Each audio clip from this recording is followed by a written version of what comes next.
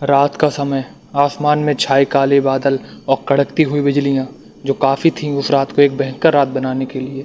तभी उस सुनसान सड़क पर एक गाड़ी रुकती है। उस गाड़ी के सामने वाले शीशे पर रिपोर्टर लिखा हुआ था, जिसे देखकर समझ आ रहा था कि वह एक रिपोर्टर की गाड़ी है। तभी गाड़ी के दरवाजे खुलते हैं। उस गाड़ी में से दो शख्स बाहर निकलते हैं, जिसमें से एक लड़का और एक लड़की थे। उस लड़के के हाथ में एक माइक था और वही लड़की के हाथ में कैमरा था। तभी लड़की कहती है, यार विजय, वह कौन सा गांव है और तुम इतनी रात को यहाँ रिपोर्टिंग करने क्यों आए हो? विजय कहता है, दिव्या, इस गांव का नाम राजगढ़ है और हम इतनी रात को यहाँ इसलिए आए हैं क्योंकि हम एक ऐसी चीज़ की आज रिपोर्टिंग करने वाले हैं जिसे रात में करें तभी बेहतर होगा। दिव्या हैरान होते हुए कहती है, ऐसा क्या है इस राजगढ़ में जिसकी तुम रिपोर्टिंग करने इतनी रात को आए हो? विजय एक गहरी सांस लेते हुए कहता है, रुको, मैं तुम्हें सब बताता हूँ। उससे पहले ये जान लो, अगर हमने यह रिपोर्टिंग कर ली तो हमारी टीआरपी बहुत हाई चली जाएगी और उससे हमें अच्छा खासा पैसा भी आएगा, क्योंकि इसकी रिपोर्टिंग करने की हिम्मत अभी किसी रिपोर्टर में नहीं हुई है। हमारा यह पहला चैनल होगा जिस पर इसकी रिपोर्टिंग की जाएगी। दिव्या हैरानी से कहती है, तो विजय जल्दी बताओ कि हम यहाँ किस चीज़ की रिपोर्टिंग करने आए हैं? विजय हिचकिचाते हुए कहता है, हम यहाँ मुर्दों की रिपोर्टिंग करने आए हैं। दिव्या मुंह बनाते हुए कहती है, मुर्दों की रिपोर्टिंग मतलब क्या है तुम्हारा?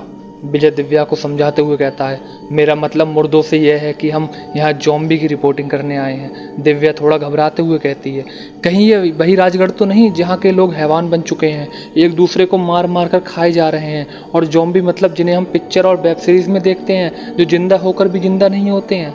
विजय हाँ में अपनी मुंडी हिलाते हुए कहता है, हाँ दिव्या, तुमने बिल्कुल सही समझा, हम यहाँ पर ज़ॉम्बी की रिपोर्टिंग करने आए। तभी दिव्या डरते हुए कहती है, नहीं विजय, मैं यहाँ कुछ रिपोर्टिंग नहीं करूँगी। हम लोग अभी यहाँ से चलते हैं, वरना हमारी जान को खतरा है, वह ज़ॉम्बी हमें भी मार देंगे।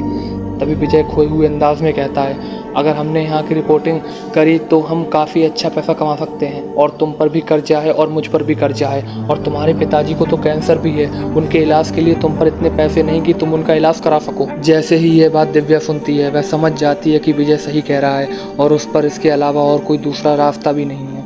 दिव्या विजय की बात से सहमत हो जाती है और कैमरा ऑन करने लगती है। कैमरा ऑन हो चुका था। विजय ने अपने हाथ में माइक भी पकड़ लिया था। तभी दिव्या कहती है, विजय शुरू करो। विजय माइक को अपने मुंह के पास लाकर बोलना शुरू करता है, नमस्कार, मेरा नाम विजय है और आप देख रहे हैं डेली न्यूज़ टीवी, और आज हम आपको राजगढ़ का पर्दाफाश करके दिखाएंगे। क्या इस राजगढ़ में सच में ज़ॉम्बी हैं या फिर कुछ सच हमसे छुपाया जा रहा है? तो बने रहिए मेरे साथ राजगढ़ का सच जानने के लिए।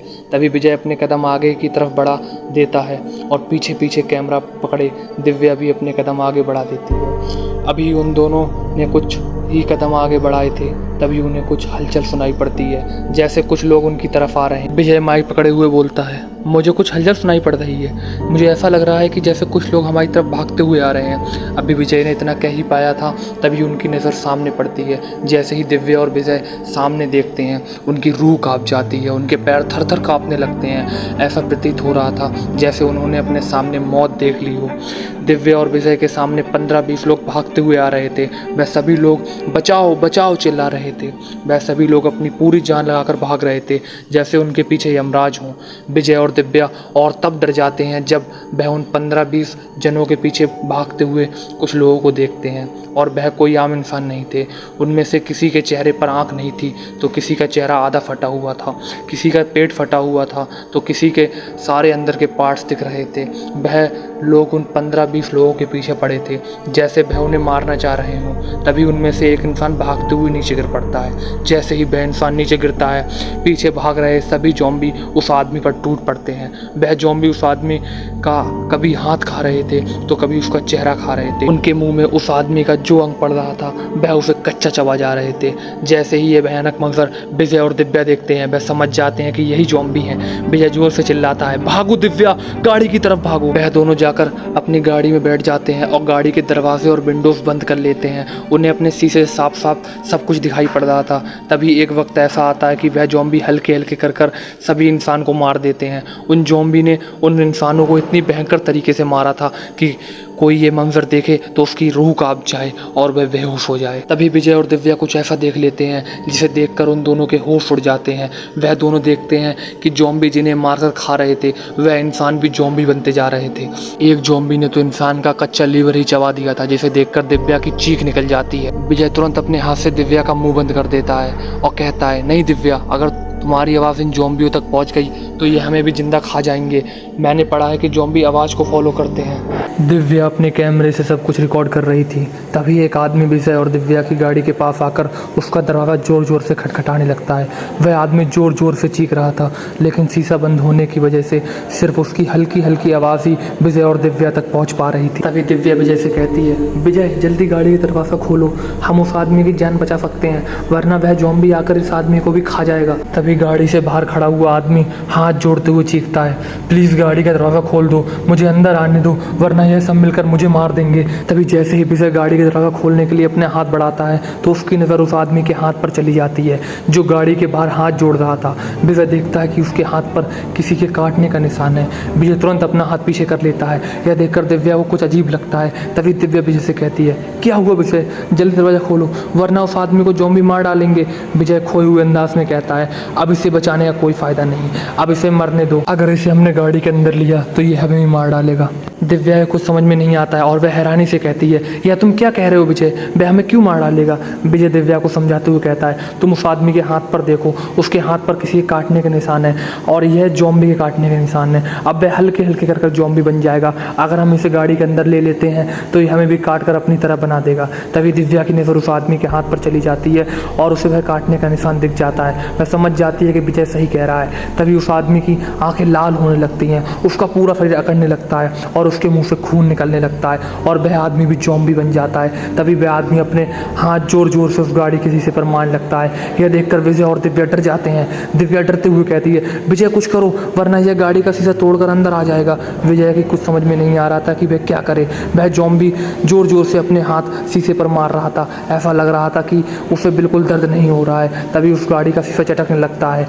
यह देखकर दिव्या और विजय डर जाते हैं। वह दोनों समझ चुके थे कि अब उनका अंत नज़दीक है। तभी वह ज़ॉम्बी अपना हाथ एक और बार जोर से शीशे पर मारता है। इस बार ज़ॉम्बी ने अपना हाथ इतनी तेज़ शीशे पर मारा था कि शीशा आधा झटक चुका था। उस शीशे को देखकर ऐसा लग रहा था कि अगर उस पर एक और हल्का सा भी वार किया जाता है तो वह टूट जाएगा। यह देखकर दिव्या और विजय और डर जाते हैं।